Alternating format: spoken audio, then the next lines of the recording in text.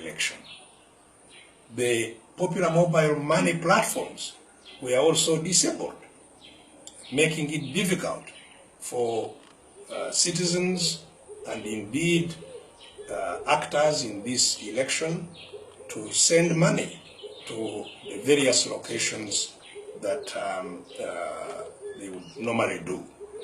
And this can be only described as illegal collective punishment, which is an offense under international law. Then, after the elections, as the Electoral Commission started announcing falsified results,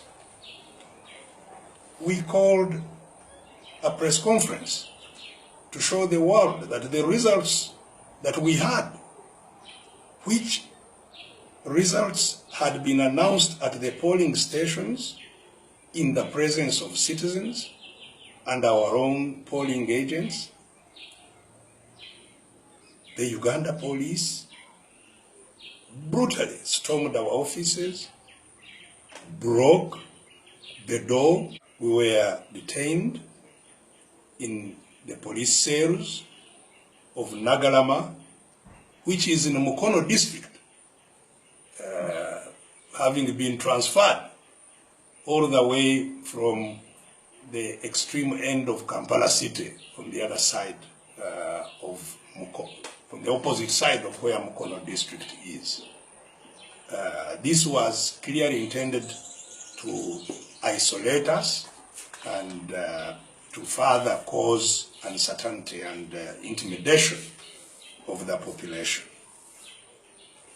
We stayed in prison without anybody telling us why we were under arrest.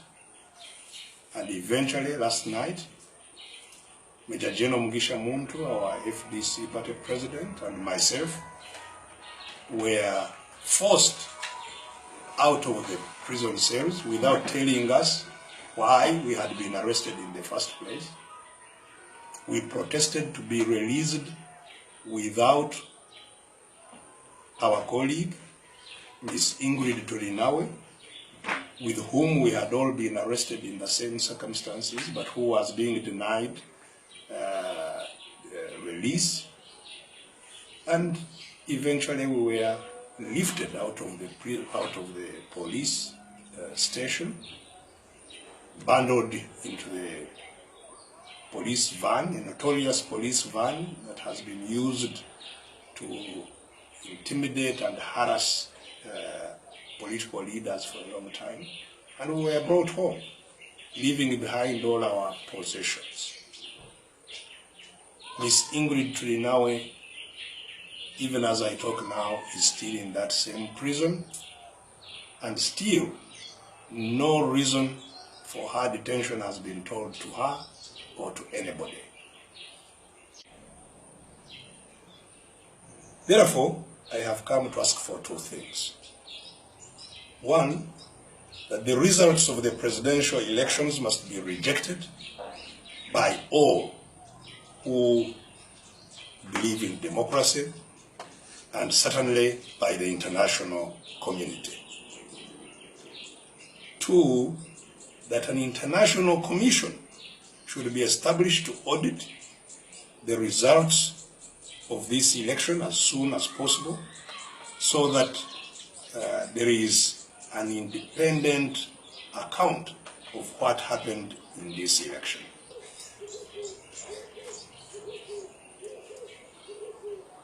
Whereas I am talking to you as a person that has been a candidate in the just ended elections, I more importantly address you as a human rights and pro-democracy activist. As you know, I have spent my entire adult life struggling for democracy in our beloved country. I come from a generation that believes in democracy as a gateway to human rights and human dignity, and to the rule of law, and to tolerance and to pluralism. Any government which claims to derive mandate from its people must believe and practice democracy. No one can be a full citizen of the 21st century without enjoying the full blessings of democracy. And the claim to the contrary would certainly be false. There can be no citizenship without democracy. Today, democracy is on trial in Uganda. The evidence is all there around us. The most sacred right of a citizen is the right to vote peacefully and freely. There is no greater right in a free and open society. It is upon the right to vote that all other democratic rights are anchored. Today, the right to vote and the right to do so peacefully has been wantonly violated in Uganda. This violation should be a profound moral offense for all of us. A profound offense to all citizens of Uganda. And it is an offense to all Africans and to all global citizens. When you violate the rights of an African to vote, you insult his and her humanity, and you rob him or her of their human dignity. This was the fundamental offense of colonialism, the odious practice and the insulting belief that an African could be a subject but never a citizen. Today, in Uganda, the right to vote, the very essence of citizenship, has been violated with impunity.